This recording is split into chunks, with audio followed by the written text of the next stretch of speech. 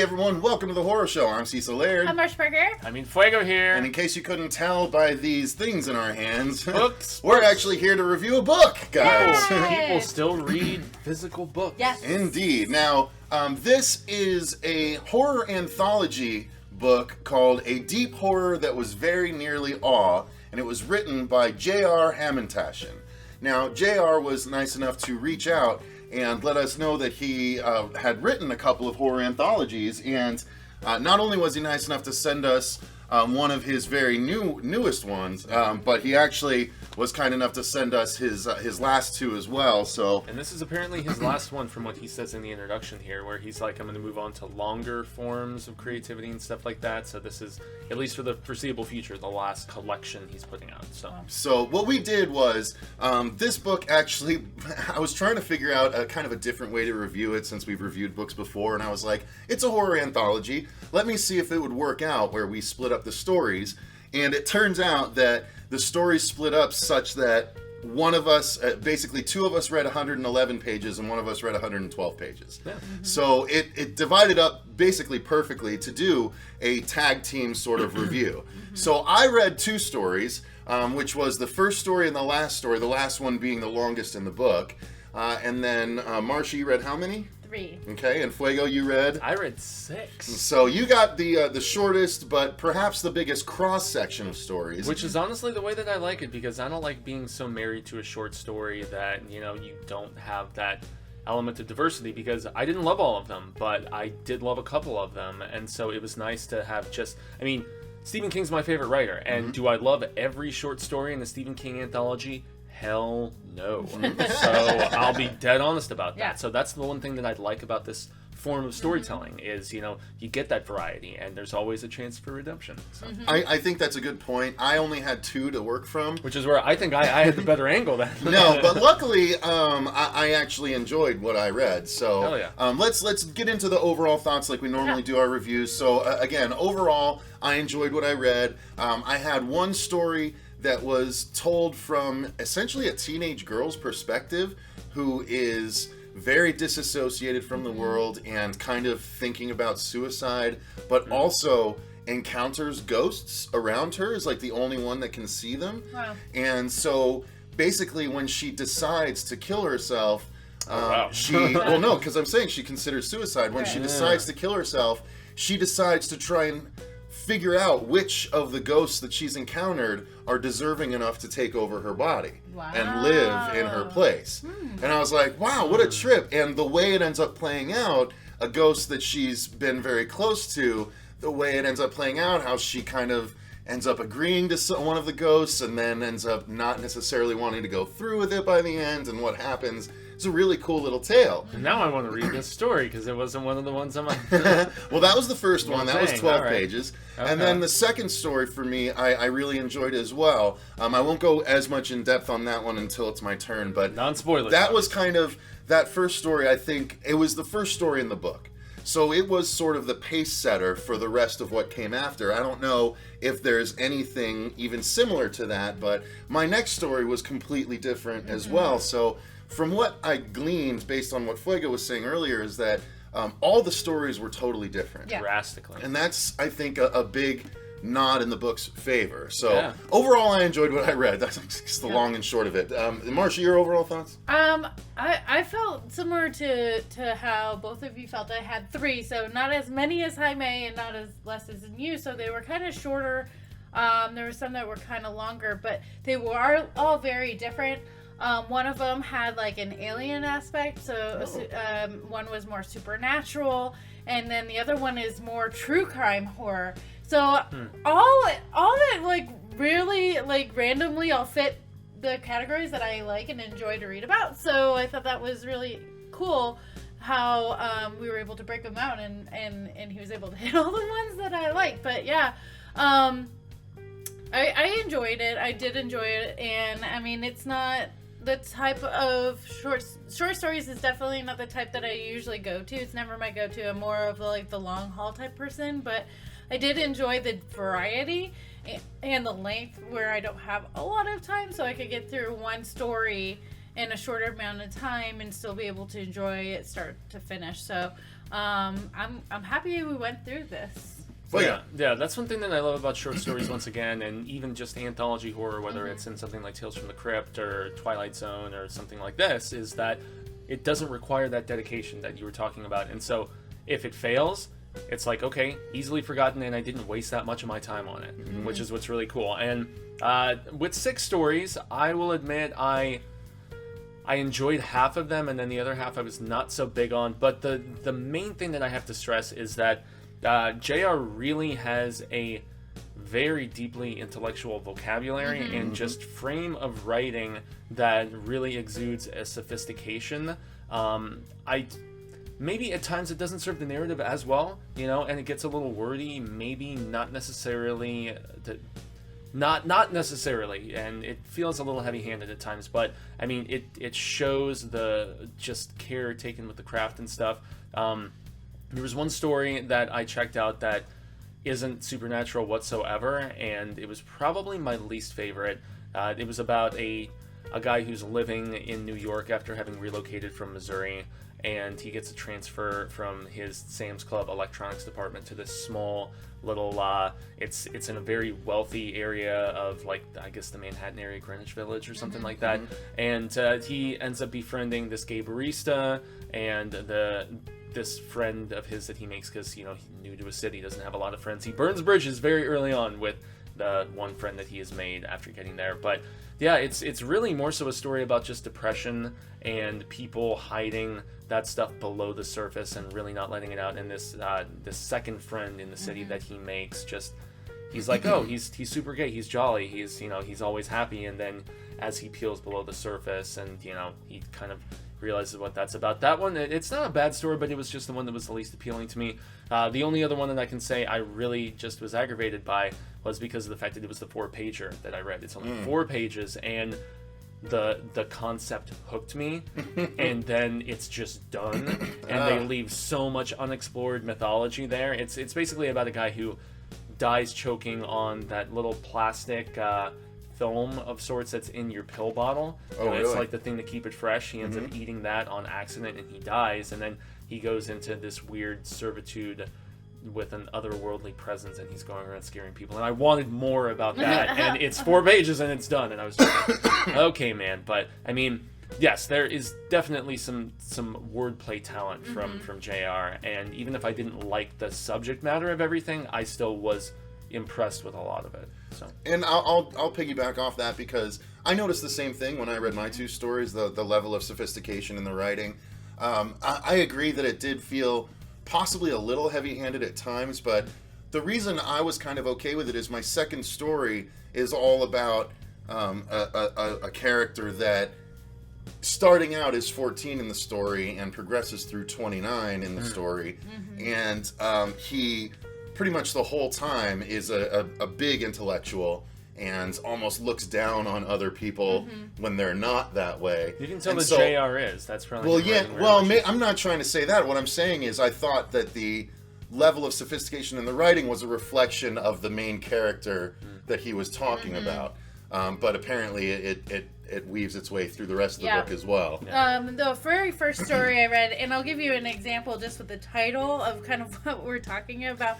It's called Upon a Path Suddenly Irritated at Some Halfway Point by Daydreams as Rich as Hers. That's the title of one story. That's the title of the first story I read.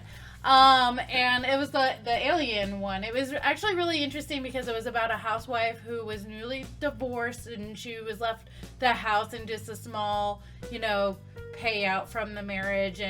And she discovers this weird, organic, like wiry stuff coming out of her, breaks out of her kitchen wall. And she thought it was wires at first, and then they realized it was organic.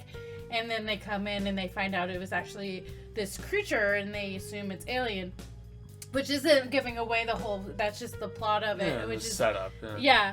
But she even, and one of my whole point was like what she was saying, these like kind of bigger and words and a little bit more intellectual words to herself. A lot of it was inward dialogue, and she made a comment. She's like, oh, if my daughter heard me say that word, she'd roll her eyes, like, and I thought So that he's was self-aware interesting. about it. He is very aware of Okay. that, and it did bleed through a couple other ones. It was a very interesting concept because it wasn't really about the creature that she found. It was more about herself and where she was going now that she was newly divorced and how she dealt with it, which I thought was very interesting. And then the one that I really liked was the supernatural one because You would.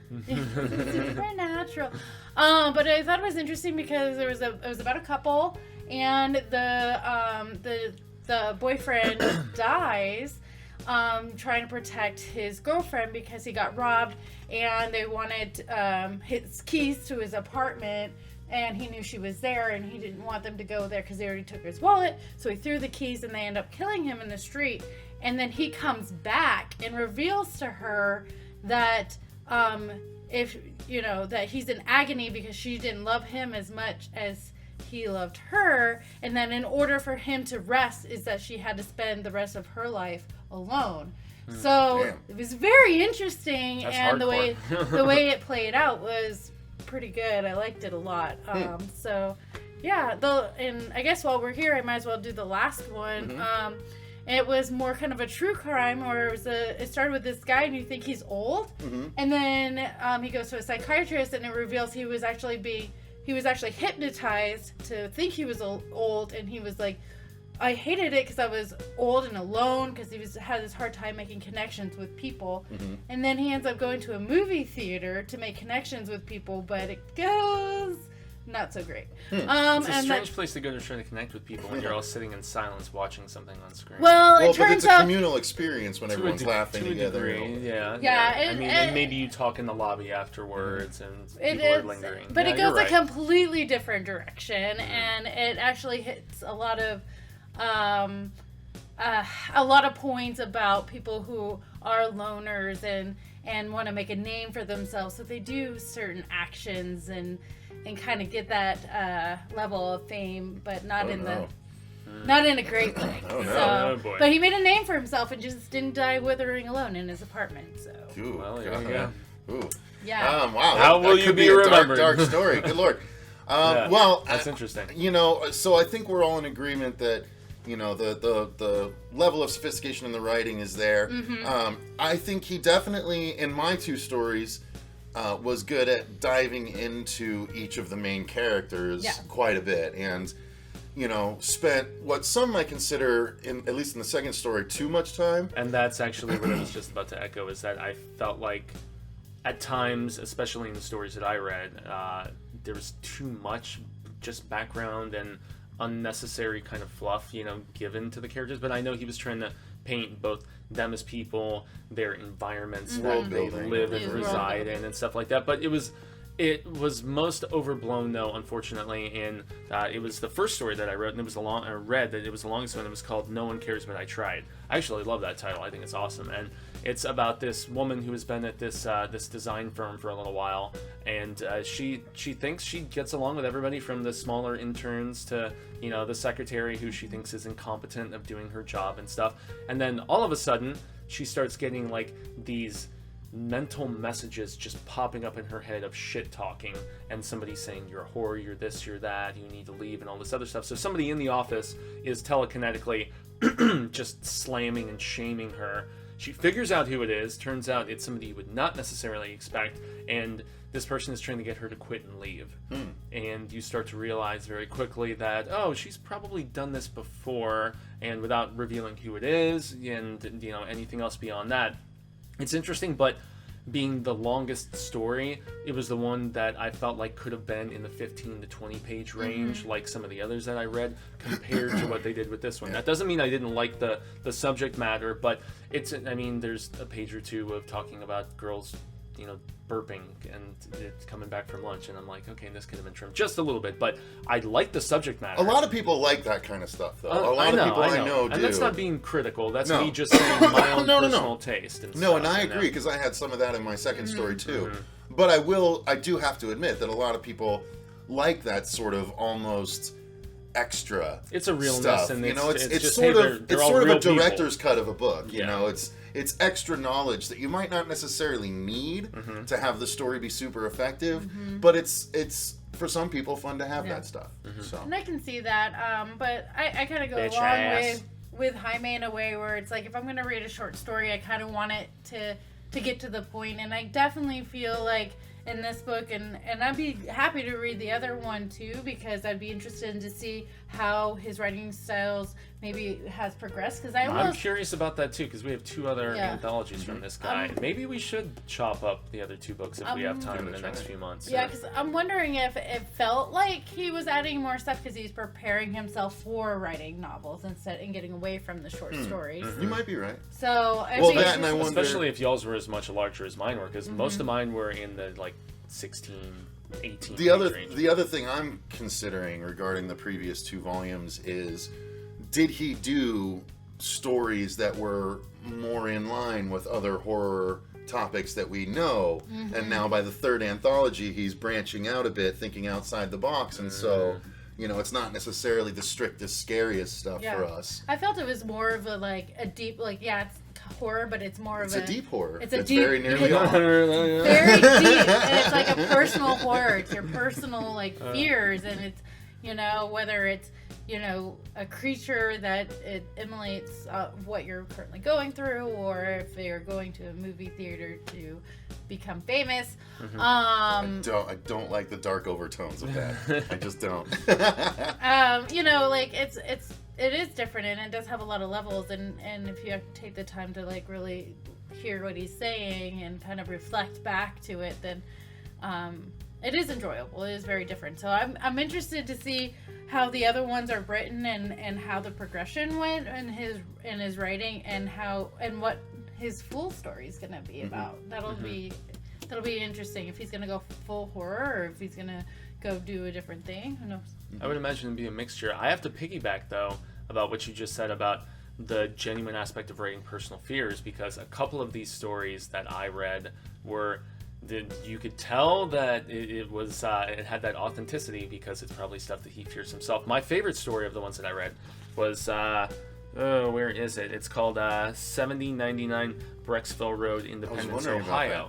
That one is essentially about this guy who he's a larger dude, bad eating habits and beard and all this other stuff, and he ends up sitting trapped in a john in a gas station with no toilet paper, and there is a very strange person that has not moved or done anything since he got into the bathroom when he first got there, and since he's been sitting there in the stall right next to him, in the middle stall, he's in the far stall, and this is where I don't know if I can spoil what actually happens, but there's a creature aspect in this, and it gets very, very gory and crazy. Cool, I'm going to have to read that one.